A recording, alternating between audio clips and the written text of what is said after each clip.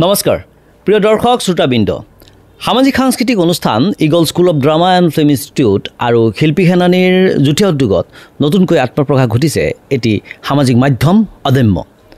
অদম্যৰ বুকুত প্ৰস্ফুটিত হোৱা এটি শিতান কিছু আলাপ আৰু কিছু চিন্তাত আজি আমি নিমন্ত্ৰিত কৰি আনিছোঁ নলবাৰী জিলাৰ প্ৰাক্তন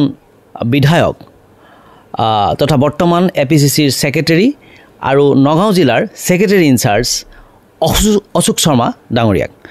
আমি সময় নষ্ট নকৰি পোনছাতেই অশোক শৰ্মা ডাঙৰীয়াৰ ওচৰলৈকে গৈছোঁ দাদা নমস্কাৰ হয় নমস্কাৰ দাদা আপোনাক ধন্যবাদ জ্ঞাপন কৰিছোঁ পোনপ্ৰথমতে যে আপুনি আমাৰ এই অনুৰোধ ৰক্ষা কৰি ইমান ব্যস্ততাৰ মাজতো আমাৰ মাজত আহি উপস্থিত হ'ল আমাৰ এই অদম্য সৰু প্ৰয়াসটিক আপুনি এনকাৰেজ কৰিলে দাদা আপুনি নলবাৰী জিলাৰ প্ৰাক্তন বিধায়ক আপুনি আছিল এইবোৰ কথা পাতাৰ পূৰ্বে আপোনাৰ অলপ শৈশৱকাল বা পঢ়া শুনা সম্পৰ্কে বা আপোনাৰ সম্যক এটা বিষয়ে আমাৰ দৰ্শক শ্ৰোতাবৃন্দক আপুনি অলপ জনাব নেকি হয় মইতো নলবাৰীতে মোৰ নলবাৰী বৰকুৰা গাঁও আছিল হয় নলবাৰী চহৰ একেবাৰে গাতে লাগি থকা যিটো আজি চহৰ গাঁৱৰ পৰা চহৰ হৈছে হয় মিউনিচিপালিটিৰ আণ্ডাৰত পৰিছে আৰু তাতে মোৰ বৰকুৰাতে মোৰ জন্ম হৈছিল আৰু তাতেই ডাঙৰ দীঘল হৈ পঢ়া শুনা নলবাৰীতে কৰিছোঁ নলবাৰী দেৱীৰাম পাঠশালা হাইস্কুলৰ পৰা মেট্ৰিক পাছ কৰি নলবাৰী কলেজতে মই এডমিশ্যন লৈছিলোঁ হয় মোৰ পঢ়া শুনা বিশেষ হোৱা নাই মই পিউ পাছ মানে আজিকালি যিটো হায়াৰ ছেকেণ্ডেৰী পাছ মই পিউ পাছ আছিলোঁ ডিগ্ৰীটো মোৰ লোৱা নহ'ল মই পঢ়া শুনা এইখিনিয়ে থাকিল কিন্তু মই সৰুৰে পৰা মানে সামাজিক কাম কাজত জড়িত আছিলোঁ আৰু সমাজখনৰ আগবঢ়াই লৈ যোৱাৰ কাৰণে সৰু সৰু কথাবিলাকত মন দি কেনেদৰে শৃংখলাবদ্ধভাৱে আগবঢ়াই লৈ যাব পাৰি তাত মই গুৰুত্ব দি অহাৰ কাৰণে পৰৱৰ্তী সময়ত মই ৰাজনীতিলৈ গুচি আহিবলৈ এটা সুবিধা পালোঁ আৰু সেই সুবিধাটোৰ সুবাদতে মই মোৰ যিখিনি দায়িত্ব পাইছিলোঁ বা সুবিধা পাইছিলোঁ তাক ভালদৰে কামত লগাইছিলোঁ মানুহৰ লগত এটা সুসম্পৰ্ক কৰাৰ ফলত মানুহবোৰৰ মাজত মোৰ এটা আত্মীয়তা গঢ়ি উঠিছিল আৰু তাৰ ফলতে মই ৰাজনৈতিক দলত আহি বিপুল সংখ্যক ভোটৰ ব্যৱধানত মই নলবাৰী সমষ্টিৰ পৰা 2016 চনত বিধায়ক হ'বলৈ সক্ষম হৈছিলোঁ আৰু সেই 5 বছৰতে মই যিখিনি ৰাইজৰ হৈ কাম কৰিলোঁ বা বিধায়কগৰাকীয়ে ৰাইজক কেনেদৰে সহায় কৰিব পাৰে বা বিধায়কগৰাকী ৰাইজৰ লগত কেনেদৰে থাকিব লাগে এই কথাটো এটা সুন্দৰ মই নিদৰ্শন 5 বছৰত দাঙি ধৰিছিলোঁ আৰু তাৰপিছত কথাখিনি আমাৰ দৰ্শক শ্ৰোতাবৃন্দই কিছু জানে আপোনাৰ মুখেৰে আমি জানিম বা আমি চেষ্টা কৰিম প্ৰয়াস কৰিম আপুনি ৰাজনীতিলৈ অহাৰ পূৰ্বে আপুনি RSSৰ এজন সক্ৰিয় কৰ্মী আছিল হয় বা আপুনি পোনপ্ৰথমতে ৰাষ্ট্ৰীয় স্বয়ংসেৱক সংঘত আপুনি কিদৰে আহিলে বা আপুনি কি পদবীত কাৰ্যনিৰ্বাহ কৰিছিল এই সম্পৰ্কে অলপ জনাব নেকি মানে ইমান জনোৱাৰ কথাটো নে মই শৈশৱৰ পৰাই আমাৰ ঘৰৰ কাষতে শাখা এটা আছিল তাত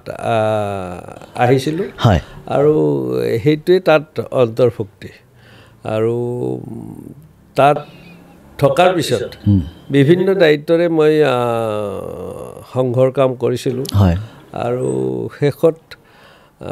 HYCB হিন্দু যুৱ ছাত্ৰ পৰিষদ এটা গঠন কৰা হৈছিল সেইটোৰ দায়িত্ব লৈ থাকিলোঁ আৰু পুনৰ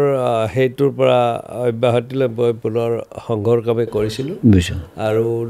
96 চনৰ পৰা নলবাৰী সমষ্টিত মই নিৰ্বাচনৰ ৰাজনীতিক কামত জড়িত হৈছিলোঁ যদিও ভাৰতীয় জনতা পাৰ্টিত আপুনি 96 মানত আহিছোঁ মানে তেতিয়া মই কাম কৰিছিলোঁ কিন্তু 1998 চনৰ বিজয় দশমীৰ দিনাখনহে মই ফৰ্মেলি জইন কৰিছোঁ ভাৰতীয় জনতা পাৰ্টিৰ দায়িত্ব লৈছিলোঁ আৰু আপোনালোকৰ সেই সময়ত ভাৰতীয় জনতা পাৰ্টীৰ খুব এটাটো ভেটি নাছিল ইয়াত খুব কষ্ট কৰি আপোনাকে প্ৰমুখ্য কৰি কেইজনমান আমি গন্তি কৰিব পৰা মানুহ আছে অসমত যিকেইজনে আচলতে বিজেপিৰ যিটো মানে পুলিটো ৰক্ষণাবেক্ষণ দি আজি তাৰিখৰে মানে বৃক্ষ হোৱাত যথেষ্ট অৰিহণা যোগাইছিল বুলি আমাৰ মানে দৃষ্টিগোচৰ হয় এই সম্পৰ্কে আপুনি অলপ জনাব নেকি সেইটো এতিয়া অতীত হয় কেতিয়াবা অতীত স্মৃতি ৰোমন্থন কৰি ভাল লাগে আৰু কেতিয়াবা সেইটো কৰাৰ ইচ্ছা নাযায় কাৰণ সেই অতীত স্মৃতি ৰোমন্থন কৰিলে দুখ বা হতাশাৰে ভৰি পৰে আৰু সেইটোৰ আজি বহিঃপ্ৰকাশ হৈছে আমি যি সময়ত যি আদৰ্শৰে সেই দলটোক আগবঢ়াই লৈ যোৱাৰ কাৰণে চেষ্টা কৰিছিলোঁ সফল হৈছিলোঁ কিন্তু এই সফলতাৰ পিছত যিসকলে আজি নেতৃত্ব লৈ আছে সেই তাত নীতি আদৰ্শ নাই কেৱল ক্ষমতা গতিকে সেই কথাটো আৰু এতিয়া ৰোমন্থন কৰিবা সেই লাইনটোত উভতি গৈ ভাল নালাগে সেইকাৰণে মই যিমান পাৰোঁ সেই কথাটো এভইড কৰিব বিচাৰিছোঁ কিয়নো কি আছিল আৰু কি হ'ল এই কথাটোৱে মনত বৰকৈ আঘাত কৰে নিশ্চয় কাৰণ সেই সময়ত আমি কি কৰিছিলোঁ আৰু আজি কি কৰি আছে এই কথা বাৰ্তা বোলে মনবোৰত বৰ অশান্ত কৰি সেইকাৰণে যিমান দূৰ পাৰোঁ 2016 চনত আপুনি বিধায়ক নিৰ্বাচিত হোৱাৰ পাছত যিটো আমাৰ মিত্ৰতা হ'ল মিত্ৰতাটো বাৰু এজিপিৰ লগত হৈছিল মোৰ যদি ভুল হোৱা নাই জয়ন্ত মল্ল বৰুৱা মানে টিকট দি আপোনাক যিটো সময়ত বঞ্চিত কৰা হৈছিল সেইটো সময়ত আপুনিতো সেই সমষ্টিত যথেষ্ট পপুলাৰ আছিল সেই বস্তুটো কিয় হ'ল মানে সেই মানে কি হ'ল পপুলাৰিটিৰ ওপৰত নিৰ্ভৰ নকৰে মই দলটো কেনেদৰে সংগঠিত কৰিছিলোঁ সেইটোৰ ওপৰত নিৰ্ভৰ কৰিয়ে সকলোৱে জানে এতিয়া আৰু বেছি প্ৰকট হৈছে ৰাজনীতিত লবি থাকে আৰু হিমন্ত বিশ্ব শৰ্মাৰ লবিত মই নাথাকিলোঁ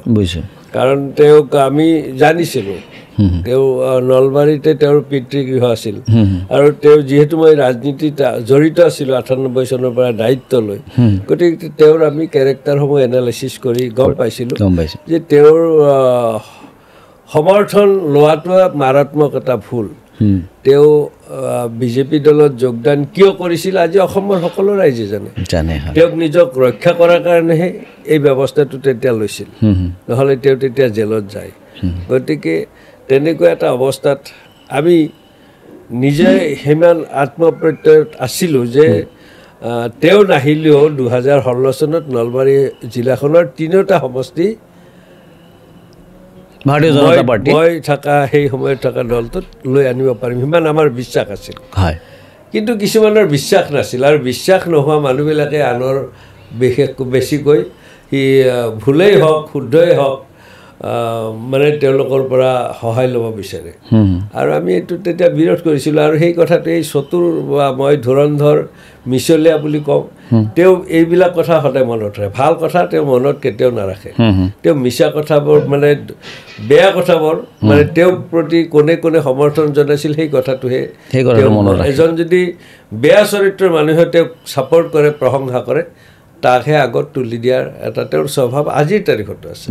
গতিকে আমি সেইটো গ্ৰহণ কৰা নাছিলোঁ মানসিকভাৱে গতিকে তেওঁক আমি মানসিকভাৱে যিহেতু গ্ৰহণ কৰা নাই আৰু তেওঁৰ পৰিকল্পনাটো আছিল প্ৰথমখন চৰকাৰৰ সময়ত তেওঁ মন্ত্ৰী হৈ আছিল আৰু সেই মন্ত্ৰী হৈ থকাৰ পৰাই তেওঁ পাং পাতি আছিল কেনেদৰে তেওঁ মুখ্যমন্ত্ৰী হ'ব পাৰে আৰু সেই কথাটো তেওঁৰ লগত মই নাথাকিম বুলি ভাবিয়ে মোক টিকেটৰ পৰা বঞ্চিত কৰিছে মই সেইটোতো বিশেষ মোৰ দুখ এটা লাগিছিল যে ইমান ভালদৰে কাম কৰাৰ পিছতো আৰু এইজন মানুহে দিম বুলি মোক নিজেই কয় তুমিয়ে টিকেট পাবা ভালদৰে কাম কৰি থাকা সেইকাৰণে মই মিছলীয়া বুলি কওঁ মই মিছলীয়া বুলি এজন মুখ্যমন্ত্ৰীক এনে নকওঁ মোক বহুবাৰ তেওঁ পিঠিত থপৰিয়াই কৈছিল যে তুমি ভালদৰে কাম কৰি আছা টিকেট তুমিয়ে পাবা চিন্তা কৰিব নালাগে আৰু শেষত এইজনেই এই আঘাতটো যেতিয়া দিছে মোৰ এই কথাটো যে তেওঁ যে মিছলীয়া হয় মোৰ ক্ষেত্ৰত সেইটো প্ৰযোজ্য হৈছে তেওঁতো নক'ব পাৰিলেহেঁতেন নিশ্চয় কিন্তু মোক তেওঁ মিছা কথাৰে এগৰাকী মন্ত্ৰী হৈ এটা মিছা কথাৰে এগৰাকী বিধায়কক যেতিয়া প্ৰতাৰিত কৰিব তেওঁ মিছলীয়া বা ধুৰন্ধৰ বুলি নকয় মই কি ক'ম গতিকে তেওঁ জয়ন্ত মল্ল বৰুৱাক টিকট দি লৈ আহিলে মই তেতিয়ালৈ কোনো আপত্তি কৰা নাই আপত্তি কৰা নাই মানে দলৰ এইটো নিয়ম থাকিব পাৰে যিগৰাকীয়ে নেতৃত্ব লয় তেওঁৰ পচন্দৰ মানুহক দিব আৰু তেতিয়া ভাল আছিল 5 বছৰত গোটেই অসমত এই সাহসীয় দলটোৱে ভাল কাম কৰিছিল গতিকে ৰাইজৰো সমৰ্থন আছিল গতিকে সেই সুবাদতে লৈ আহিছে কিন্তু এতিয়া আজি 2021 পৰা এতিয়া 26ৰ নিৰ্বাচন সমাগত গতিকে আমি এতিয়া প্ৰত্যাহ্বান জনাব বিচাৰিছোঁ যে এইবাৰ তেওঁ জিকি দেখক মুখ্যমন্ত্ৰীৰ কিমান টকাৰ জোৰ আছে বা বিধায়কগৰাকীয়ে কিমান টকা গতাই তেওঁ টকা বিলাই কেনেদৰে সমষ্টিটো জিকি আমি এতিয়া প্ৰত্যাহ্বান জনাম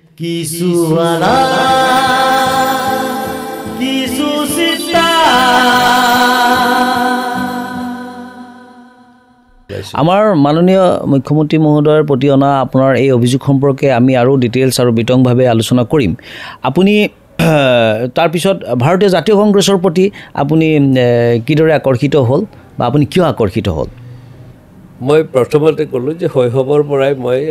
সংগঠনৰ কামত লাগি আছিলোঁ জনসাধাৰণৰ কাৰণে জনসাধাৰণৰ মাজত আছিলোঁ ৰাজনীতিক দলৰ যেতিয়া এগৰাকী কৰ্মী হ'লোঁ বা 5 বছৰ মই বিধায়ক হ'লোঁ মই বিধায়ক হৈ সদায় এদিনো মই আলহী খাব যোৱা নাই এদিনো মই গুৱাহাটীত এক্সট্ৰা কৰি থকা নাই বিধানসভাৰ সেইকেইদিনত বাহিৰে সমষ্টিতে থাকোঁ এতিয়া তেওঁ বিধায়ক হ'ল তাৰপিছত মোক দলীয় কাম কাজৰ পৰা আঁতৰত ৰাখিলে আৰু কোনো ধৰণৰ খা খবৰ আনকি মোৰ লগতো যেতিয়া কোনো দলীয় কৰ্মীক যোগাযোগ কৰাটো বন্ধ কৰি দিলে তেতিয়া মই মানসিকভাৱে ভাঙি পৰিছিলোঁ যে সদায় ঘূৰা মানুহজনে হঠাৎ যেতিয়া ঘৰৰ ভিতৰত থাকিব লগা হয়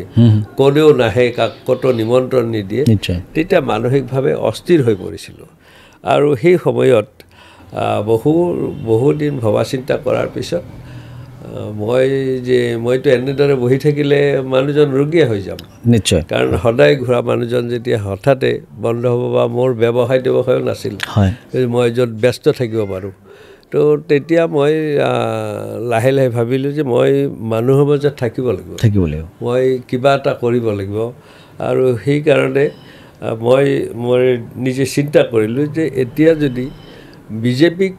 প্ৰতিহত কৰিব লাগে তেতিয়া আটাইতকৈ ডাঙৰ শক্তিটোৱে হ'ল কংগ্ৰেছ আৰু কংগ্ৰেছৰো আমি যেতিয়া সংগঠন কৰিছোঁ গম পাইছোঁ নেতৃত্বই যিদৰে দেখুৱাই তাৰ সকলো কৰ্মীয়ে তেনেদৰেহে দেখে গতিকে সেই কথাটো আমাক যেতিয়া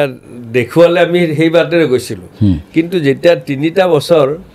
মোক তেওঁলোকে সংগঠনৰ পৰা বাহিৰত ৰাখিলে জনসম্পৰ্কৰ পৰা বাহিৰত ৰাখিলে তেতিয়া মোৰ এই কথা বাৰ্তাবিলাক নতুন দিশত চোৱাৰ মোৰ এটা আৰম্ভণি হৈছে আৰু সেই তেতিয়াই দেখিছিলোঁ যে নেতৃত্বই দেখুওৱা যি বাটেৰে আমি গৈ আছোঁ সেই বাটটো অন্য ধৰণেতো যাব পাৰি সেই বাটেৰে অন্য ধৰণেও যাব পাৰি গতিকে অন্য ধৰণে অহাৰ কাৰণে মই বিকল্প চিন্তা কৰি আছিলোঁ আৰু শেষত দেখিলোঁ যে যেহেতু ৰাজনীতি আৰু ৰাজনীতি কোনো এটা দল স্থায়ী নহয় গতিকে স্থায়ী নোহোৱা কাৰণে আৰু এটা সময়ত ৰাজনীতিৰ সেই লক্ষ্যত উপনীত হোৱা ব্যক্তিসকলে যেনেদৰে লক্ষ্যত উপনীত হোৱাৰ পিছত তেওঁলোকৰ নীতি আদৰ্শ পাহৰি কেনেদৰে ক্ষমতাটো হস্তগত কৰি তেওঁ কুক্ষিগত কৰি ৰাখিব পাৰে সেইটোতহে নিমজ্জিত হয় সেইকাৰণে আমি দেখিছোঁ যে কিমান বছৰ এইটো কৰিব বেছি দিনটো কৰিব নোৱাৰে আৰু নোৱাৰা আৰু ধৰক আপোনাৰ ৰাজনৈতিক ক্ষমতাটোতো সব সময়তে এজন ব্যক্তিৰ হাততে নাথাকে গতিকে এই নাথাকাৰ কথাটো জনাৰ পিছত মই এইটো কংগ্ৰেছ দলত ভাৰতীয় জাতীয় কংগ্ৰেছত আহিলে মই থিৰাং কৰিলোঁ আৰু সেই হিচাপে মই আমাৰ জিলাৰ কংগ্ৰেছৰ সভাপতি ৰাতুল পাটোৱাৰী ডাঙৰীয়াৰ লগত বা আমাৰ নলবাৰী জিলাতে কংগ্ৰেছৰ পৰা দুবাৰকৈ প্ৰতিদ্বন্দ্বিতা কৰা আৰু কংগ্ৰেছৰ জেনেৰেল ছেক্ৰেটাৰী প্ৰদ্যুৎ ভূঞা ডাঙৰীয়াৰ লগত যোগাযোগ কৰি মই 2024 চনৰ 9 আগষ্টত মই কংগ্ৰেছত যোগদান কৰিছোঁ। হয়, এতিয়া আপুনি ধৰক কংগ্ৰেছত আপুনি আহিলে, কংগ্ৰেছৰ যোগদান কৰিলে, কংগ্ৰেছৰ ধৰক আগতে চৰকাৰ চলাইছে, তেওঁলোকে বা চৰকাৰত আহিছে, ক্ষমতাত আছে, আপুনি কি দেখিছে বৰ্তমান আহিবলগীয়া বিধানসভা নিৰ্বাচনত কংগ্ৰেছৰ স্থিতি ভাৰতীয় জনতা পাৰ্টিৰ তুলনাত কেনেদৰে আপুনি এনালিচিছ কৰিব? তো ইয়াত মোৰ আহি এটা কথা খুব ভাল লাগিল যে মই লালিত পালিত কৰি সফলতাৰ দিশলৈ অনা দলটোত মোক শেষ টাইমত যেনেদৰে কৰিলে সেই অৱস্থাৰ পৰা মই মুক্ত হৈছোঁ, প্ৰথম কথা। আৰু সেই মুক্ততাই মোক মনত এটা আনন্দ দিছে আৰু মনত এটা শক্তি দিছে। আৰু সেই আনন্দটো কি, মোক অহাৰ লগে লগে দলত এটা দায়িত্ব দিছে আৰু আজি মই বিভিন্ন দায়িত্বৰে মই মোৰ সময়টো অতিবাহিত কৰিছোঁ। আৰু এই অতিবাহিত কৰাৰ সময়ত আমাৰ যিটো শক্তি, এই শক্তিটোৱে সমাজখনক যে বিপথে পৰিচালিত কৰাৰ যিটো বৰ্তমানৰ শাসকীয় পক্ষৰ ষড়যন্ত্ৰ, এইটো ৰাইজৰ মাজত উদঙাই দিয়াৰ এটা সুবিধা পাইছোঁ। যেনেদৰে ধৰক এই পৰম্পৰাবিলাক আগতে নাছিল, অন্ততঃ কংগ্ৰেছে কৰা নাছিল। শাসকীয় পক্ষই কেতিয়াবা ৰাজপথত নমা দেখিছিল নেকি? আপোনাৰতো এটা বয়স হৈছে। এতিয়া শাসকীয় পক্ষৰ সেইদিনা নলবাৰীত জুবিন গাৰ্গৰ ন্যায়ৰ বাবে তেওঁলোকে প্ৰতিবাদ ৰাজপথত নামিছে। আৰু এইটো আচৰিত কথা যে এখন চৰকাৰে কাক ন্যায় বিচাৰিছে, সেইটো এতিয়া সৰ্বসাধাৰণৰ কথা হৈছে। এই যে জুমলাবোৰ, এইবোৰ নাটকবোৰ এতিয়া সৰ্বসাধাৰণে বুজি পোৱা হৈছে। কিন্তু এই চতুৰ মুখ্যমন্ত্ৰীজনে সহজ সৰল মানুহক কিছু পইচাৰে আকৰ্ষিত কৰি বান্ধি ৰাখিবৰ চেষ্টা কৰিছে। আৰু বহু মানুহ, সাধাৰণ মানুহবিলাক ভয়তো থাকে। কাৰণ তেওঁৰ তেনেকুৱা উদাহৰণ আছে, যাক বেয়া পায় তাক খতম কৰি দিব পাৰে যিকোনো প্ৰকাৰে। ই ৰাজনীতিকভাৱে, ই সামাজিকভাৱে হয়তো তেওঁৰ সত্তাটোকে নোহোৱা কৰি পেলাব পাৰে। এই ভয়টো এতিয়া সৰ্বসাধাৰণৰ মাজত আছে। তেওঁ যদি ক্ষমতাৰ অপপ্ৰয়োগ নকৰিলেহেঁতেন তেওঁৰ অৱস্থা ইমানলৈ আজিলৈ নাথাকে, তেওঁ আগতেই পদত্যাগ কৰিবলৈ বাধ্য হ'লহেঁতেন। কিন্তু মানুহ ভয়ত আছে আৰু সেই ভয়ৰ কাৰণেহে তেওঁ তিষ্ঠি আছে। গতিকে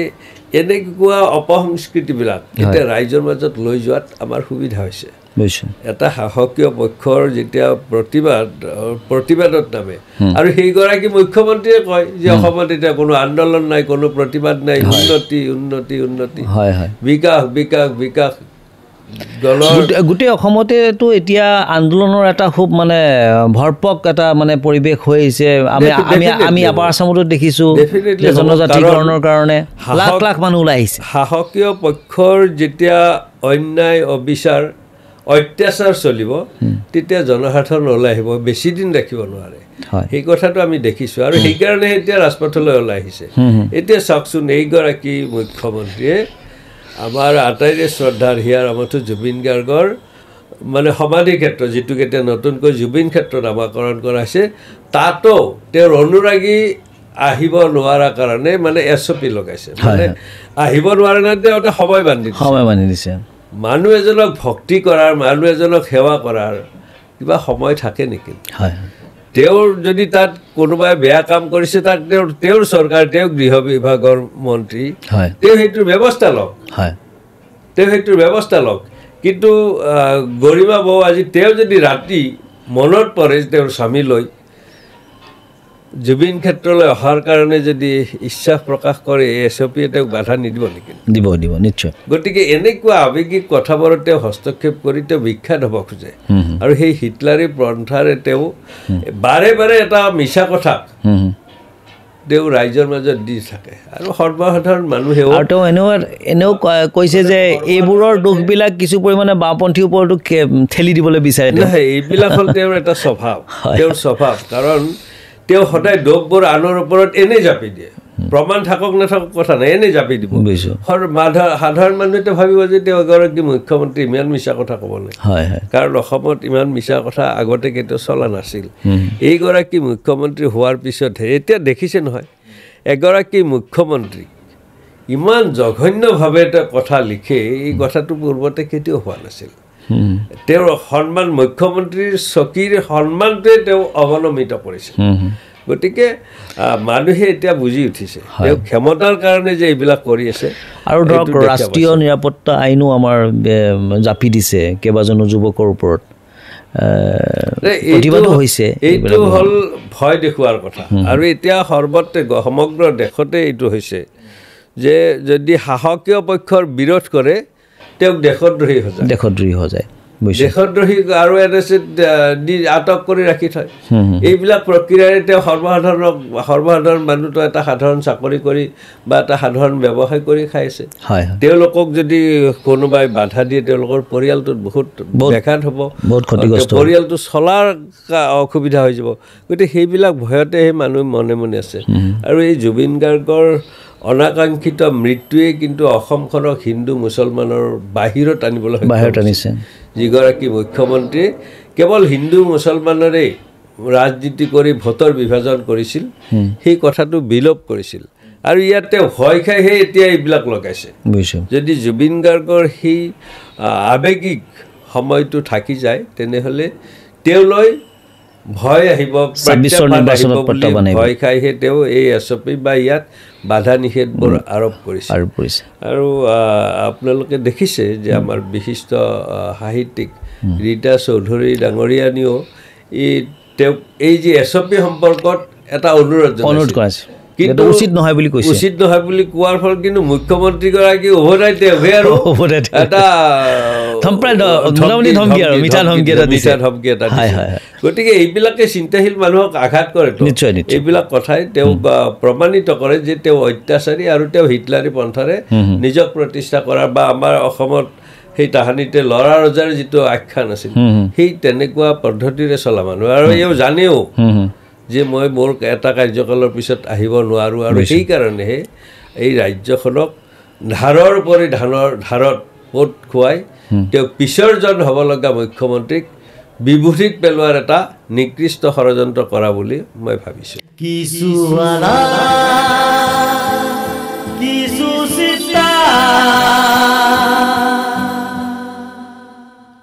আচ্ছা আপুনি দাদা আপুনি এপেক্স বেংকৰো আপুনি জড়িত হৈ আছিল সমবায় বিভাগৰ লগত আপুনি জড়িত হৈ আছিল অসমত ধৰক যি আমাৰ গ্ৰাম্য অৰ্থনীতিটো আগবঢ়াই নিয়াৰ ক্ষেত্ৰত সমবায়ৰ এক বিপ্লৱৰ খুবেই প্ৰয়োজনীয়তা আমি বোধ কৰোঁ এই সম্পৰ্কে আপুনি যিহেতু এপেক্স বেংকৰ লগত জড়িত হৈ আছিল বা সমবায় বিভাগৰ লগত জড়িত হৈ আছিল আপুনি এই সম্পৰ্কে আপোনাৰ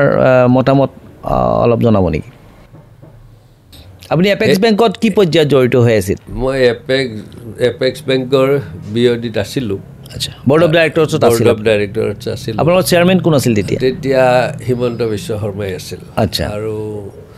হিমন্ত বিশ্ব শৰ্মাৰ যিটো কৌশল আমি দেখিলোঁ বা এতিয়া বিশ্বজিৎ ফুকন আছে হয় এতিয়া বিশ্বজিৎ ফুকন আছে ভাৰতীয় জনতা পাৰ্টিৰ তেওঁ বিধায়ক আৰু সেই সময়ত হিমন্ত বিশ্ব শৰ্মা তেওঁ চেয়াৰমেন আছিল বিশ্বজিৎ ফুকন তেওঁ ভাইচ চেয়াৰমেন আছিল আৰু আমি বিঅডি আছিলোঁ আৰু তেতিয়া তেওঁলোকৰ যিটো কলা কৌশল আমি আচলতে প্ৰথমৰ পৰাই সমবায়ক শক্তিশালী কৰি ৰাইজক সেৱা দিয়াৰ এটা প্ৰচেষ্টাত আছে কিন্তু এওঁলোকে সমবায় কৰি অহা নাই সমবায়ৰ মূল দায়িত্বটো লৈ সমবায়ৰ পৰা কেনেদৰে সুবিধা ল'ব পাৰে সেইটোতহে তেওঁলোক অভ্যস্ত আৰু সেই অভ্যস্ততাৰ কাৰণে কোঅপাৰেটিভ এপেক্স বেংকত বহু নিদিবলগীয়া মানুহক লোন দি এই অনুষ্ঠানটোত দেৱলীয়া কৰিছে সেই সময়ত এজন ভাল MD অনা হৈছিল কিন্তু তেওঁক 3 বছৰৰ পিছতে তেওঁক খেদিলে কাৰণ তেওঁ পইচা খাব দিয়া নাছিল কি নাম আছিল তেখেতৰ তেওঁৰ নামটো পাহৰিলোঁ মই তেওঁ পইচা খাব দিয়া নাছিল আৰু সেই পইচা খাব নিদিয়াৰ কাৰণে তেওঁক খেদিলে আৰু তাৰপিছত এজন মানুহক দিছে দি তেওঁ এওঁলোকৰ কথা মাত্ৰা মতে লোন দি মানে পইচা কোঅপাৰেটিভ এপেক্স বেংকটোৰ যিটো মূলধনৰ গাঁথনি এইটোকে নষ্ট কৰি পেলাইছে এপেক্স বেংকৰ জৰিয়তে আমি কিছুদিন আগতে পেপাৰ পত্ৰ বা সংবাদ মাধ্যমত শুনিবলৈ পাইছিলোঁ বা দেখিবলৈ পাইছিলোঁ যে মানে যিটো লোন দিয়াৰ যিটো মানে ক্ৰাইটেৰিয়াবিলাক প্ৰক্ৰিয়াবিলাক ভংগ কৰি লোন দিয়া হৈছে কাৰোবাক ব্যৱসায় গোষ্ঠী ব্যৱসায় গোষ্ঠীক নহয় কেৱল ব্যক্তিগত মুনাফাৰ কাৰণে হয়তো কাৰোবাৰ লগত কোনোবা এটা বেলেগ ধৰণত বন্দোবস্ত কৰি তেওঁক লোনটো দিছে যাৰ ফলত দিয়াজনৰো লাভ হৈছে আৰু সেইটো নোহোৱা যদি কথা সঁচা হ'লহেঁতেন তেনেহ'লে তেওঁ তেনেকুৱা মানুহক নিদিলে কাৰণ লোন এটা দিবৰ কাৰণে ক্ৰাইটেৰিয়া কিছু থাকে যিটোৰ কাৰণত লোন ৰিটাৰ্ণ কৰিব পৰা বুলি বেংকৰ বিশ্বাস থাকে কিন্তু আমি এতিয়া দেখিছোঁ সেইটো ভাৰত চৰকাৰে হওক বা অসম চৰকাৰে হওক এনেকুৱা কিছু ধুৰন্ধৰ মানুহক লোন দিয়ে যিবিলাকে তেওঁলোকে এজন সাধাৰণ খেতিয়কৰ 10,000 KCC লোনটো নিদিলে তেওঁৰ বংশ পৰিয়ালক মানে সকলো চাই তেওঁলোকক লোন নিদিয়াৰ ব্যৱস্থা কৰিছে কিন্তু এই যে আজি দেশত বা অসমত ধনী ধনী ব্যক্তিবিলাকে বহুত হাজাৰ কোটি টকা আত্মসাৎ কৰি তেওঁলোকে হয় ভাৰতৰ পৰা গুচি গৈছে নহয় তেওঁলোক টকা আত্মসাৎ কৰিছে আৰু বহুখিনি অৱশ্যে তেনেকুৱা ব্যৱসায়িক গোষ্ঠীক ঋণৰ মাফিও দিছে ঋণৰ মাফ কৰিছে বা ছাবচিডি দিছে তেওঁলোক আৰু সেইকেইজন মানে বহুত যে মানুহ তেনেকুৱা নহয় কেইজনমান 10জনমান মানুহকে তেওঁলোকে লোন দি আৰু সেইটো মাজতে আপুনি খুব সৰব হোৱা যেন দেখা গৈছিল যে জয়ন্তমল্ল বৰুৱাৰ যিটো 50 লাখ টকাৰ যিটো গৰুৰ ঋণৰ এটা প্ৰসংগ আহিছিল সেই প্ৰসংগটো কি হ'ল বৰ্তমান সেই প্ৰসংগটোতো চলি থকাতে এই চতুৰ মুখ্যমন্ত্ৰীজনে তেতিয়া উচ্ছেদ অভিযান আৰম্ভ মানে সেইটো ঢাকিবৰ কাৰণে এতিয়া তাৰপিছত আমাৰ আটাইৰে হিয়াৰ আমঠুৰ অনাকাংক্ষিত মৃত্যুটোৱে গোটেইবিলাকক তল পেলাই ৰাখিলে আৰু এতিয়া সেইটোক তল পেলোৱাৰ কাৰণে মুখ্যমন্ত্ৰী আন প্ৰচেষ্টা লৈছে এই তেতিয়া মই মাজতে নহয় মই সদায় সৰব হৈ থাকোঁ অন্যায় অবিচাৰৰ বিৰুদ্ধে আৰু এই অন্যায়ৰ বিৰুদ্ধে যেতিয়া মই প্ৰতিবাদ কৰোঁ কথা বাৰ্তাবিলাক জনাওঁ তেতিয়াই সেই তেওঁলোকৰ কিছুমান চেলা চামুণ্ডাই আৰু মোৰ ওপৰতো আক্ৰমণ কৰে আৰু তেওঁলোকৰ এইটো চৰিত্ৰ এইটোৰে আমাক বিশেষ ক্ষতি কৰিব নোৱাৰে মানসিকভাৱে এটা চাপ দিব বা কিছু কামত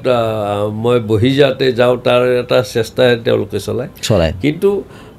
মই কি কৈছিলোঁ যে মাত্ৰ 15জন মানুহৰ তালিকাৰ ভিতৰত বেনিফিচিয়াৰী তালিকাত মন্ত্ৰীৰ পত্নী বিধায়কৰ পত্নী কিয় সোমায় মই তেতিয়াই নলবাৰীত কৈছিলোঁ যে নলবাৰী জিলাখনতে বহু গোপালক আছিল এই বিষয়াসকলে তেওঁলোকক প্ৰশিক্ষিত কৰি এই লোনটো লোৱাৰ ব্যৱস্থা কিয় কৰি নিদিলে মই তেতিয়া কৈছোঁ মই প্ৰায় 15গৰাকীমান নলবাৰীৰ গোপালকৰ নাম কৈছিলোঁ তেওঁলোকক যিবিলাক বিভাগীয় বিষয়া আছে তেওঁলোকে সেই ক্ষুদ্ৰ গোপালকসকলক প্ৰশিক্ষিত কৰি বৃহৎ লোনটো দিয়াৰ ব্যৱস্থা নকৰিলে য'ত 50 লাখ টকাৰ ছাবচিডি আছিল মন্ত্ৰী পত্নীগৰাকী বা বিধায়ক পত্নীগৰাকী হ'ব পাৰে নেকি চৰকাৰ বা বিভাগটোৰ দায়িত্বটো সেইটোৱে আছিল দুগ্ধ বিপ্লৱ যিটো কথা কৈছিল সেইটোত তেওঁলোকৰতো আছেই সাধাৰণ মানুহে নাই সাধাৰণ মানুহক এইটো ব্যৱস্থাৰে যদি জয়ন্তমল্ল বৰুৱাই তেওঁৰ অৱশ্যে সংবাদ মাধ্যমত কোৱা আমি দেখিছিলোঁ যে তেওঁ এইটো মানে দুগ্ধ বিপ্লৱৰ কাৰণে কৰিছে বুলি কৰিছে এতিয়া খবৰ ল'বচোন মানে তেওঁ তেতিয়া মুখ্যমন্ত্ৰীয়েতো কৈছে আজি মন্ত্ৰী আছে কালি নাই গতিকে কেতিয়া কি কৰি খাব মানে তেওঁতো নিজেই কৈছে তেওঁতো একো সম্পত্তিয়ে নাই ঘৈণীয়েকে কাম কৰি খায় আমি কাম কৰাটোৰ অৰ্থ এটা বেলেগ বুজো দেই কিন্তু আপুনি বা ইয়াত নগাঁৱত কেনেকুৱা নাজানো আমাৰ কাম কৰা মানে হাজিৰা কৰা আনৰ ঘৰত কাম কৰা সেইটো বুজায় তাৰমানে তেওঁৰ নিজৰ ঘৈণীয়েকক আনৰ ঘৰত কাম কৰা এগৰাকী মহিলাৰ লগত তুলনা কৰিছে যিগৰাকী মহিলা আজি অসমৰ 1 নম্বৰ উদ্যোগপতি গতিকে তেওঁলোকৰ কথাৰ তালমিল নাই গতিকে তেনেকুৱা আৰু কথা পাতি বৰ সময় নষ্ট কৰাৰ লাভ নাই আমি ধৰক অসমৰ গ্ৰাম্য অৰ্থনীতিৰ বিষয়ে আমি থ্ৰুতে আমি কিছু কথা পাতিম আমি এইখিনিতে শ্ৰোতা দৰ্শকবৃন্দক জনাব বিচাৰিছোঁ যে থলুৱা গোপালকৰ দ্বাৰা উৎপাদিত এটি গাখীৰৰ ব্ৰেণ্ড মিল্কো ফ্ৰেছ ইতিমধ্যে বজাৰত উপলব্ধ হৈছে এই সৰু এডটো এবাৰ চাই লওক আপোন ঘৰলে সঁচা মৰম সঁচা হোৱা Milko fresh Milko fresh Milko fresh Milko fresh Milko fresh সদায় আপোনজনৰ কাষত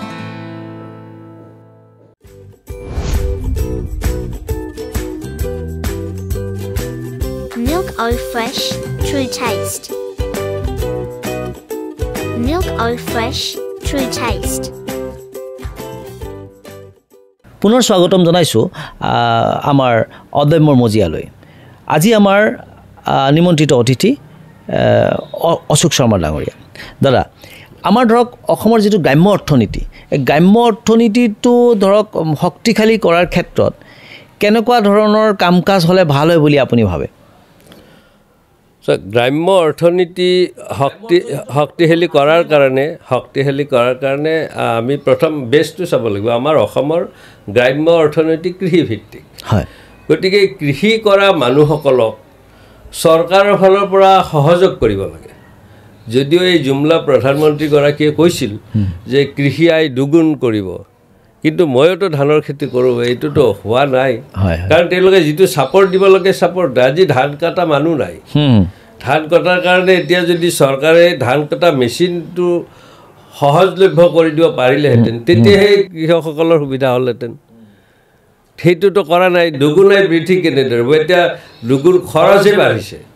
কাৰণ আমাৰ মানুহবোৰে ধান কাটি আৰু ভাৰ বৈ লৈ আহিব নোৱাৰে কাটি দিব পাৰিব তাৰ কাৰণে আৰু এটা বেলেগ সমস্যা হৈ যায় গতিকে এইবিলাক যি নতুন নতুন সমস্যা হৈ থাকে এই সমস্যাবিলাকক যদি চৰকাৰী পক্ষ বা কৃষি বিভাগটোৱে পৰ্যবেক্ষণ কৰিলেহেঁতেন বা সাৰ দিহি জৈৱিক সাৰেই হওক বা ৰাসায়নিক সাৰেই হওক যি সাৰ দিলে খেতিডৰা ভাল হ'ব স্বাস্থ্যৰ ঠিকে থাকিব এইটো চৰকাৰী বিষয়াসকলে সজাগতা সভা কৰিব লাগে মানুহেতো এনেই ৰাসায়নিক সাৰ ব্যৱহাৰ নকৰে চৰকাৰী পক্ষই এতিয়া নেনো সাৰ ব্যৱহাৰ কৰাৰ কাৰণে চৰকাৰে ব্যৱস্থা কৰিছে কিন্তু তাৰ ব্যৱহাৰটো সহজলভ্য কৰি দিব লাগে নেনো সাৰটো ড্ৰোনেৰে দিব লাগে কিন্তু ড্ৰোনেৰে দিব পৰা ব্যৱস্থাটো বিভাগৰ পৰা হোৱা নাই তেনেহ'লে কৃষকে সুবিধা ক'ত পাব আমাৰ কৃষকসকলে সেইমতে প্ৰশিক্ষিত হ'ব লাগিব সেইটো সজাগতা সভা যদি পাতে প্ৰশিক্ষণটো তেওঁলোকে পাব কিন্তু তাৰ উপলব্ধতাটো থাকিব লাগিব মানে নেনো সাৰ ব্যৱহাৰ কৰাৰ কাৰণে ড্ৰোনৰ যিটো ব্যৱস্থা সেইটোতো বিভাগে কৰি দিব লাগিব যিটো আমাৰ ক্ষেত্ৰত আমি হোৱা নেদেখিলোঁ নলবাৰীতে মই বিভিন্ন ব্যক্তিৰ লগত যোগাযোগ কৰি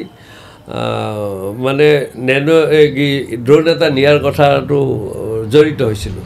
কিন্তু লৈ গ'ল মেচিনটো বেয়া হ'ল উভতাই লৈ আহিলে গতিকে আল্টিমেটলিটো নহ'ল গতিকে সেই সহজলভ্যতাটো যদি কৰি দিয়ে তেতিয়া কৃষকসকলক যদি আমি আগবঢ়াই লৈ আহিব পাৰোঁ তেতিয়া গ্ৰাম্য অৰ্থনীতিটো বাঢ়িব দ্বিতীয়তে আৰু এতিয়া ধৰক চৰকাৰে ধান লোৱাৰ কথা কয়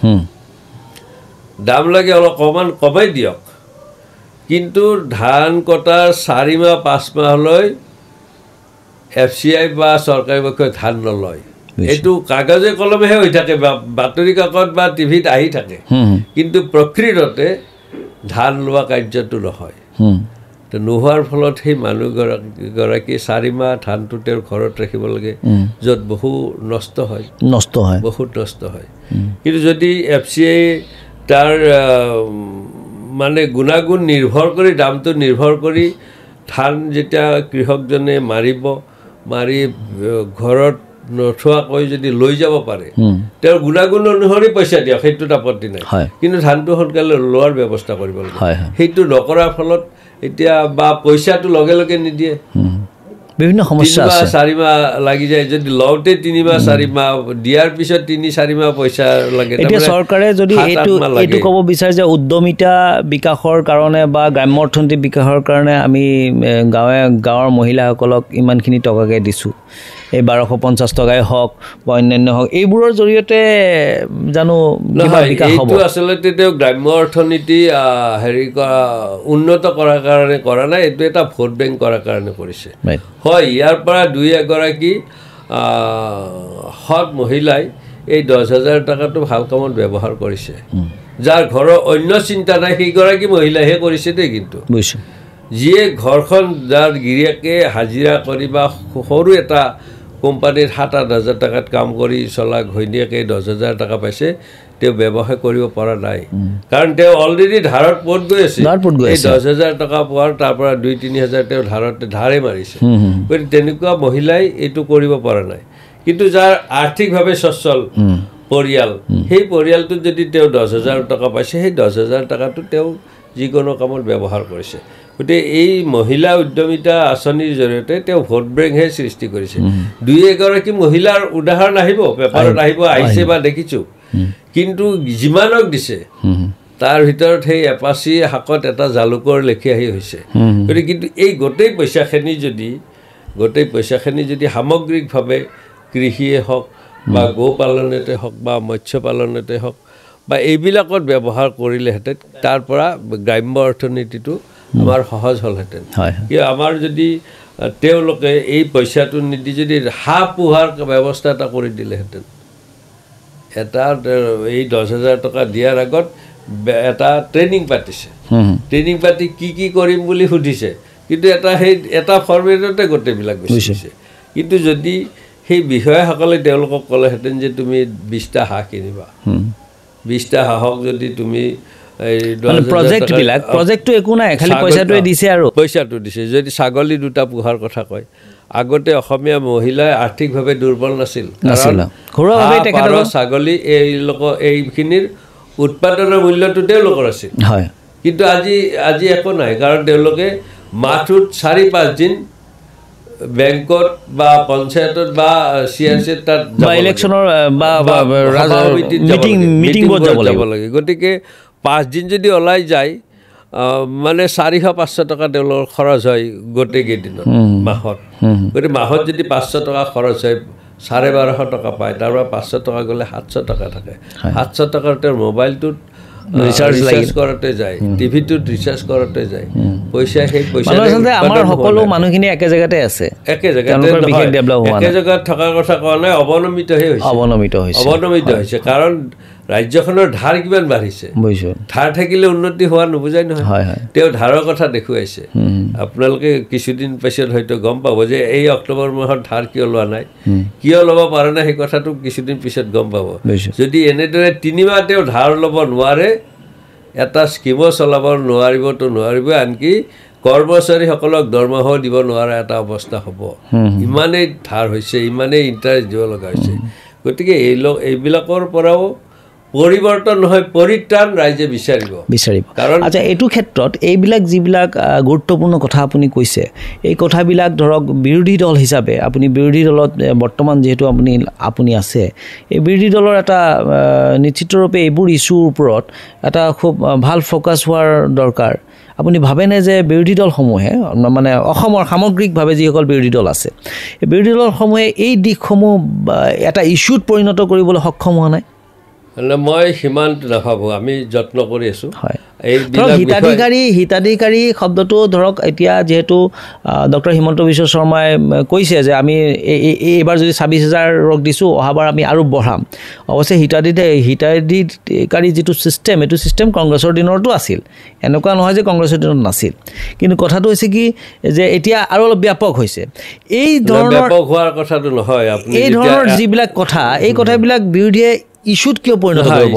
পৰিৱৰ্তনটো সেই কথাটো অকণমান সুকীয়া আছে মই প্ৰথম কওঁ যে কংগ্ৰেছৰ আছিল হিতাধিকাৰী আছিল তেতিয়াও আত্মসহায়কতক 10,000 দিছিল কিন্তু সেই গৰমত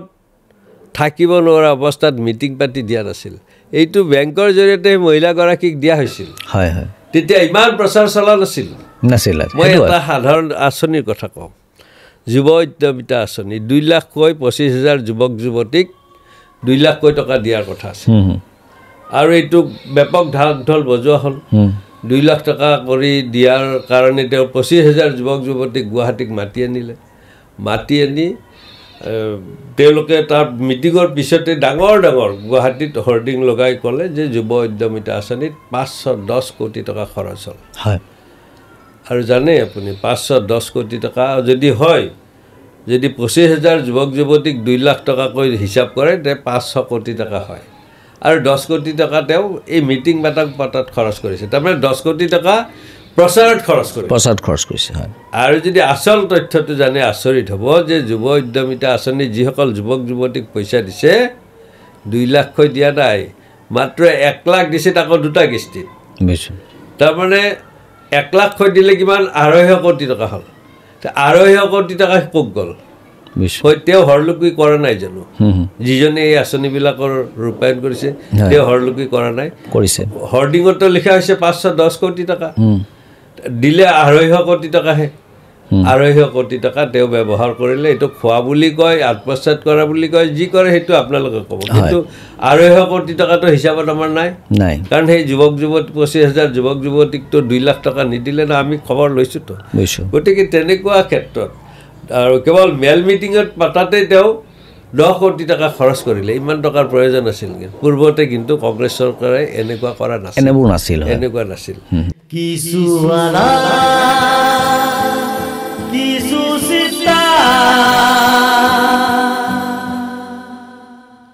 কাৰণ তেতিয়া মই ৰাজনীতিত সক্ৰিয় আছিলোতো বেয়াটোক বেয়া ভালটোক ভাল বুলি ক'ব লাগিব নহ'লে আমি এনে বিৰোধৰ কাৰণে বিৰোধ কৰাৰ কথাটো এতিয়া তেওঁলোকে বিৰোধৰ কাৰণে বিৰোধ কৰিছে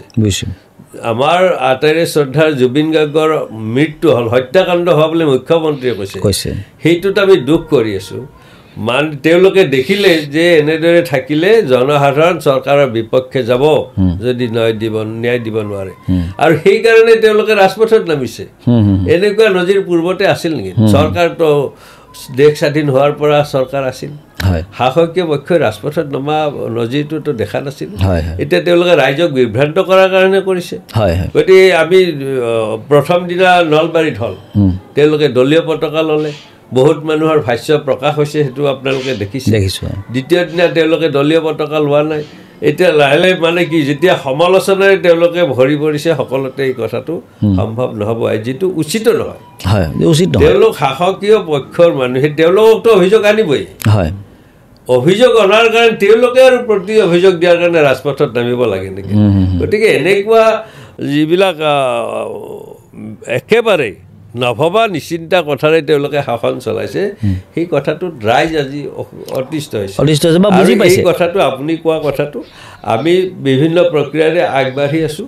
বিৰোধী পক্ষই বিভিন্ন সময়ত ইয়াৰ প্ৰতিবাদ কৰি আছে কিন্তু আপোনালোকে সেই কথাটো মন কৰিব যে এতিয়াৰ এই মুখ্যমন্ত্ৰীগৰাকীৰ হাতোৰাত সকলো মিডিয়াই প্ৰায় সোমাই পৰিছে 2-এটাহে বাহিৰত আছে আৰু সেই 2-এটা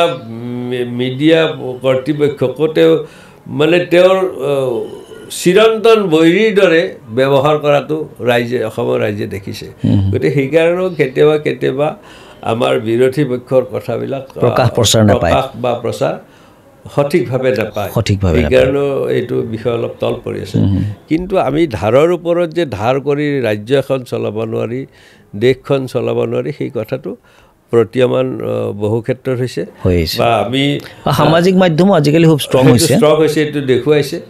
তেওঁলোকে মুখ্যমন্ত্ৰী কৈছিল যে অসমক ভাৰতবৰ্ষৰ 5খন শ্ৰেষ্ঠ ৰাজ্যৰ শাৰীত বহুৱাব কিন্তু আমি যদি সিদিনাৰ নীতি আয়োগৰ তথ্য প্ৰতিবেদন চাওঁ তেনেহ'লে আমি দেখা পাওঁ যে স্বাস্থ্য শিক্ষা ন্যায় এইবিলাকত আমি বহু পিছ পৰি আছোঁ কিন্তু এই বিশ্ব অভিলেখ কৰাত মানে আমি আগবাঢ়ি আছোঁ কাৰোবাক নাচ দেখুৱাব নাচিব আনি 25,000 টকা কৈ দিছে এজনী গাঁৱৰ মানুহে যদি 25,000 টকা পায় তেওঁ ভাল পাব তেওঁতো ছোৱালীজনীৰ আৰু ইমান চিন্তা কৰাৰ কথা তেওঁ কোনে 25,000 টকা দিছে সেইটোহে তেওঁ ভাবিব গতিকে এই এটা সহজ সৰল মানুহখিনিক এটা ঠেক গণ্ডিৰ মাজত সোমাই তেওঁ শাসন হস্তগত কৰাৰ কৌশলহে কৰি আছে তেওঁ সামগ্ৰিকভাৱে অসমৰ উন্নয়নৰ কাৰণে কোনো কাম কৰা নাই 2026 চনৰ এতিয়া নিৰ্বাচন আমাৰ বিধানসভাৰ নিৰ্বাচন সমাগত অশোক শৰ্মা ডাঙৰীয়াক আমি এইবাৰ কোনটো সমষ্টিৰ পৰা কেণ্ডিডেট হিচাপে আমি ভাৰতীয় জাতীয় কংগ্ৰেছৰ আশা কৰিব পাৰিম মই যেতিয়া কংগ্ৰেছত আহিছোঁ মই তেনেকুৱা কণ্ডিশ্যন ৰখা নাই সেইটো হ'ব প্ৰথম কথা মোক এতিয়া দলে সংগঠনৰ কামত দিছে এতিয়া মই নগাঁৱত সংগঠনৰ কামত আহিছোঁ ঠিক তেনেদৰে এতিয়া কোকৰাঝাৰতো BLA আৰু বুথ কমিটি গঠন প্ৰক্ৰিয়া ত্বৰান্বিত কৰাৰ কাৰণে মোক তাকো যাব দিছে তালৈ যাম গতিকে দলটোক কেনেদৰে আগবঢ়াই 26ত কংগ্ৰেছৰ নেতৃত্বত এখন চৰকাৰ কৰিব পাৰোঁ তাৰহে চেষ্টা মই অহৰহত অব্যাহত ৰাখিছোঁ গতিকে এই ক্ষেত্ৰত মই প্ৰাৰ্থিত্ব কেন্দ্ৰিক প্ৰয়াস মই নকৰোঁ কাৰণ মোৰ মই যিটো নলবাৰী সমষ্টিটোৰ পৰা এবাৰ বিধায়ক হৈছিলোঁ সেই সমষ্টিটোত মোতকৈ জ্যেষ্ঠ আৰু বহু ত্যাগী কৰ্মী ইতিমধ্যে আছে কংগ্ৰেছ কৰ্মী আছে তাৰ ভিতৰত মই এটা নাম ল'ব পাৰোঁ মোৰ ভাতৃৰ দৰে দিব্যজ্যোতি হালৈ তেওঁ একাদিক্ৰমে 25 বছৰ সেই সমষ্টিটোত বা জিলাখনত একেবাৰে এগৰাকী লাগি থকা কৰ্মী তেওঁ যদি বিচাৰে মই কেতিয়াও তাৰ পৰা টিকট নিবিচাৰোঁ কাৰণ তেওঁক মই সেইটো শ্ৰদ্ধা সন্মান জনাব লাগিব বা দুটা টাৰ্ম নলবাৰী সমষ্টিটোত ইলেকশ্যন খেলিছে আজি আমাৰ APCCৰ admin general secretary Pradyut Bhuyan ডাঙৰীয়া তেখেতেও অশেষ কষ্ট কৰি তেখেতে নিৰ্বাচন খেলিছে বা হয়তো এতিয়াও খেলিবৰ ইচ্ছা থাকিব পাৰে তেখেত যদি ইলেকশ্যন খেলোঁ বুলি আহে ওয়েলকাম আমি তাকো জানাম বা তাৰপিছত ৰাতুল কলিতা এটা আছে আমাৰ জ্যেষ্ঠ মুখপাত্ৰ সত্যেন দাস এগৰাকী আছে আৰু বহুত আহিব আমাৰ এতিয়া জিলাৰ উপসভাপতি জয় বৰ্মন আছে গতিকে বিভিন্ন মানুহ আহিব গতিকে বিভিন্ন মানুহ আহিলে তেওঁলোকক কেনেদৰে জয় কৰাব লাগে তাৰহে চিন্তাত আছে এতিয়া এইটো নেতৃত্বহে নিৰ্ধাৰণ কৰিব কোন সমষ্টিত কাক দিয়ে এইটো মোৰ হাত নাই বা আপোনালোকৰো হাত নাই গতিকে সেই হাত নোহোৱা বিষয়টোত আৰু কিয় চিন্তা কৰিব সেইটো মোৰ চিন্তাটো হ'ল 26ত চৰকাৰ কংগ্ৰেছ দলৰ নেতৃত্বত হ'ব লাগে আৰু তাৰ কাৰণে মোক যিখিনি দলে দায়িত্ব দিয়ে মই সেইখিনি বিৰোধী দলসমূহৰ মাজত এতিয়ালৈকে কোনো ধৰণৰ এটা ঐক্য বন্ধন হোৱাৰ ঠিক মানে আকাৰ ইংগিত পোৱা যায় যদিও সেইটো মাজতে আকৌ হাৱা হৈ যায় এই কথাবিলাক মানে কি হৈছে আমাৰ অসমৰ ৰাইজে কিদৰে প্ৰতিয়ন যাব যে এটা ভাল বিৰোধী দল আমি পাম বুলি বিৰোধী ঐক্য মঞ্চ পাম বুলি এই কথাটো আপুনি যদি বিশ্লেষণ কৰে ৰাজনৈতিক দলৰ একত্ৰীকৰণ বিৰোধীৰ সমীকৰণ এইবিলাক নিৰ্বাচনৰ আগমুহূৰ্ততে হয় আগৰ পৰা বিশেষ হৈ নাথাকে কাৰণ বিগত সময়ছোৱাত কেইবাটাও নিৰ্বাচনত আমি দেখা পালোঁ যে হোটেলত মিটিং হৈছে ব্যৰ্থ হৈছে ধাবাত মিটিং হৈছে ব্যৰ্থ হৈছে এইবাৰ সেইটো নহয় কাৰণ আজিৰ তাৰিখত আমাৰ যিগৰাকী ৰাজ্যিক সভাপতি মাননীয় গৌৰৱ গগৈ ডাঙৰীয়াই আমাৰ নেতৃত্বত আছে তেখেতে সকলোকে লগত লৈ কংগ্ৰেছৰ নেতৃত্বত চৰকাৰ গঠন কৰিব লাগে সেই প্ৰক্ৰিয়াতহে আগবাঢ়িছে গতিকে সেই প্ৰক্ৰিয়াটো তেখেতৰ যেতিয়া অন্তৰত আছে সেইটো নিশ্চয় যিকোনো প্ৰকাৰে সমাধান কৰিব 2026 চনৰ বিধানসভা নিৰ্বাচন গৌৰৱ গগৈ ডাঙৰীয়া ভাৰ্চেছ হিমন্ত বিশ্ব শৰ্মা হয় কিদৰে আপুনি বিশ্লেষণ কৰিব অসমৰ ৰাইজেতো এতিয়া হিমন্ত বিশ্ব শৰ্মাৰ পাৰফৰ্মেঞ্চ পালে নহয়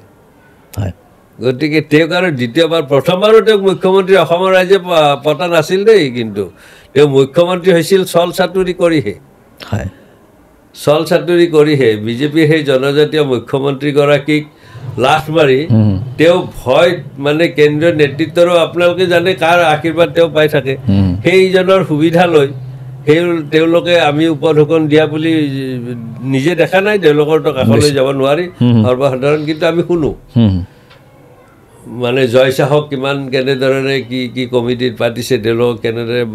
সা সম্পত্তি কৰাত সহায় কৰিছে তাৰ বিনিময়ত কিবা দিব লাগিব গতিকে সেইকাৰণে তেওঁ সেই সময়ত চৰকাৰ গঠন কৰিব পাৰিছে কিন্তু আজি আমাৰ নেতা লোকসভাৰ বিৰোধী দলৰ দলপতি ৰাহুল গান্ধী ডাঙৰীয়াই যেতিয়াৰ পৰা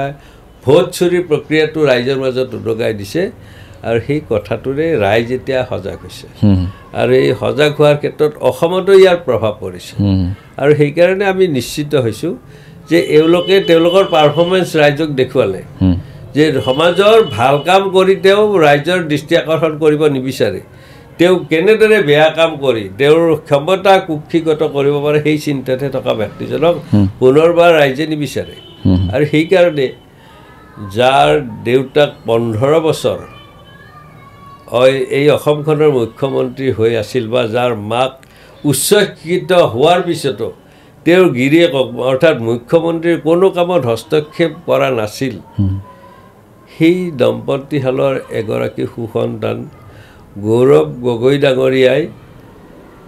এই ধনৰ পাহাৰ কৰাৰ কাৰণে মুখ্যমন্ত্ৰী নহয় 15 বছৰ মুখ্যমন্ত্ৰী হৈ আছিল তেওঁলোকৰ নামত বাগান এখন নাই ৰিজৰ্ট এটা নাই 18টা কোম্পানী নাই গতিকে সেইগৰাকী ব্যক্তিক ৰাইজে এতিয়া বিশ্বাসত ল'বতো বিশ্বাসত ল'ব এই সময়টো মোৰ মনত পৰিল কথাটো যে তেওঁ আমাৰ নেতা গৌৰৱ গগৈ ডাঙৰীয়াৰ পাকিস্তানৰ লগত লিংক থকা বুলি SIT গঠন কৰি তাৰ পৰা ৰিপৰ্ট আনিলে কিন্তু এইগৰাকী মুখ্যমন্ত্ৰী আমাৰ হিয়াৰ আমঠু জুবিন গাৰ্গৰ মৃত্যুৰ ক্ষেত্ৰত ইমান লেহেম গতি কিয় প্ৰথমতেতো তেওঁ বৰ লম্ফজম্ফে কৰিছিল বহু কথা কৈছিল কিন্তু ৰাতিপুৱা এটা কয় আবেলি এটা কয় গতিকে এই প্ৰক্ৰিয়াবিলাকত মানুহ এতিয়া পৰিচিত হৈছেতো নজৰ ৰাখিছে 21 চনলৈ সেই কথাটোতে সম্পূৰ্ণ প্ৰকট হোৱা নাছিল যেই তেওঁ মুৰব্বী হ'ল তেওঁৰ গোটেই চৰিত্ৰ সেই নীলা শিয়ালৰ দৰে ওলাই পৰিছে এতিয়া বুজি পাইছে গতিকে 26ত এই কথাটো আৰু ভাবিব লগা কথা নাই গৌৰৱ গগৈ ডাঙৰীয়াই অসমৰ মুখ্যমন্ত্ৰী হ'ব বুলি আমি দৃঢ় বিশ্বাস প্ৰিয় দৰ্শক শ্ৰোতাবৃন্দ আজি আমাৰ কিছু আলাপ আৰু কিছু চিন্তাত আমাৰ নলবাৰী জিলাৰ প্ৰাক্তন বিধায়ক অশোক শৰ্মা ডাঙৰীয়াৰ লগত আমি কিছু কথা বতৰা আমি আলোচনা কৰিলোঁ আমাৰ আলোচনাৰ মাধ্যমৰ জৰিয়তে তেখেতে বিভিন্ন ধৰণৰ সজাগতামূলক ব্যাখ্যা আগবঢ়াইছে আৰু বৰ্তমান চৰকাৰখনৰ সম্পৰ্কেও তেওঁৰ ব্যক্তিগত বা দলীয় ধাৰণাসমূহ ব্যক্ত কৰিছে আমি সকলো আলোচনাখিনি আপোনালোকৰ ওচৰত ৰাখিলোঁ আপোনালোকে ৰাইজে ইয়াৰ আমাৰ আলোচনাৰ পৰা কি পালে নেপালে সেইটো আপোনালোকে বিচাৰ কৰিব অনাগত সময়ত আমাক অশোক শৰ্মা ডাঙৰীয়াক আমি এজন বিধায়ক হিচাপে দেখিব পালে ভাল পাম বা মন্ত্ৰী হিচাপে দেখিবলৈ পালে আমি ভাল পাম তেওঁৰ যাতে ৰাজনৈতিক জীৱন সুন্দৰ হওক আৰু তেওঁৰ যাতে ৰাজনৈতিক আদৰ্শ যিটো আদৰ্শত বৰ্তমান তেখেত আহিছে সেই আদৰ্শৰে তেখেতে যাতে আমাৰ সমাজখনক এটা গতি প্ৰদান কৰিব পাৰে প্ৰগতি প্ৰদান কৰিব পাৰে সদশেষত অশোক শৰ্মা ডাঙৰীয়া আপুনি কিবা আৰু ক'ব বিচাৰিব নেকি বিশেষ আৰু ক'বলগীয়া নাই মোৰ যিখিনি হৈছিল তাৰ উত্তৰ দিলোঁ মই আপোনাক ধন্যবাদ দিলোঁ যে মনৰ কথা ৰাইজক জনোৱাৰ এটা সুবিধা আপুনি দিলে তাৰ বাবে মই অদম্যৰ সকলো কলা কুশলী বা স্বত্বাধিকাৰী বা আপোনাক মই ধন্যবাদ প্ৰিয় দৰ্শক শ্ৰোতাবৃন্দ আজি আমি আমাৰ কিছু আলাপ কিছু চিন্তাৰ পৰা বিদায় মাগাৰ পূৰ্বে আমি অনাগত সময়ত আমি পুনৰ এজন আমাৰ বিশিষ্ট নিমন্ত্ৰিত অতিথিৰ সৈতে আপোনালোকৰ সন্মুখত আহি আমি পুনৰ উপস্থিত হ'ম আজিলৈ সামৰিছোঁ দাদা নমস্কাৰ হয় নমস্কাৰ কিছু